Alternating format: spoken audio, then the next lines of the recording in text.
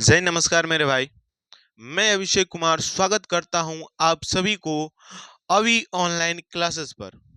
तो आज हम पढ़ने वाले हैं यूनिट सेल और जालक बिंदु के बारे में।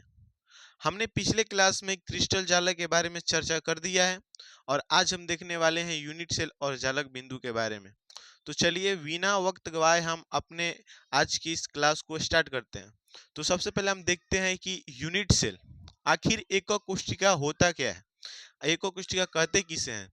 तो एकक कोशिका किसे कहते हैं? क्रिस्टल जालक का वह सबसे छोटा भाग जिसके दोहराव से क्रिस्टल जालक बनता है तथा जिसमें क्रिस्टल जालक के सभी गुण उपस्थित होते हैं उसे एकक कोशिका कहते हैं।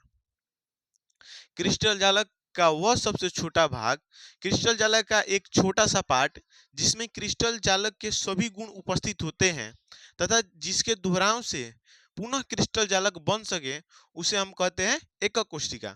ये यूनिट सेल का एक डायग्राम है और इसको जब आप दोहराइएगा ना, मतलब इस पे ये एक है, इसके बगल में साइड में एक रखिएगा, फिर इसके ऊपर, फिर इसके ऊपर, तो वो क्या निर्माण करेगा? वो क्रिस्टल जालक का निर्माण कर देगा। अब हम लोग बात करते हैं इसके महत्वपूर्ण बिंदु के बारे में और जालक बिंदु के बारे में कि जालक बिंदु क्या होता है। तो देखिए, जालक बिंदु किसे कहते हैं? तो जालक बिंदु एकक कोशिका के अवयवी कणों के स्थान के केंद्र को जालक बिंदु कहते हैं। ये एकक कोशिका है, इसका क्या बोल रहा है? अवयवी कण। ये क्या है? इसके अवयवी कण है के स्थान के केंद्र को, अवयवी कण का ये स्थान हो गया और इसका ये केंद्र हो गया। इस केंद्र को क्या क्या बोलते हैं? जालक बिंदु। जालक बिंदु यानी कि एकक कोशिका के जो अवयवी कण है और वो अवयवी कण का जो केंद्र है उसी केंद्र के स्थान क्या बोलते हैं हम लोग? जालक बिंदु कहते हैं। और इसका नेक्स्ट पॉइंट है, प्रत्येक अवयवी कण को जालक बिंदु समझा जा सकता है। ये इसके देखिए कितने अवयवी कण हैं? 4 दूनी 8, 8 अवयवी कण है। तो इन 8 अवयवी कणों को हम लोग जालक बिंदु समझ सकते हैं। अब आते हैं हम लोग नेक्स्ट पे। यदि सभी जालक बिंदु को एक सरल रेखा से मिलाते हैं तब क्रिस्टल जालक का वास्तविक संरचना या ज्यामिति प्राप्त होता है। मान लीजिए ये क्या है? ये अवयवी कण है। ऐसे ही मान लीजिए दूसरा इसका एक और पार्ट यहाँ पे बगल में रहता है, उन सबको हम लोग ऐसे मिला देते तो क्या बन जाता? क्रिस्टल जालक का निर्माण हो जाता।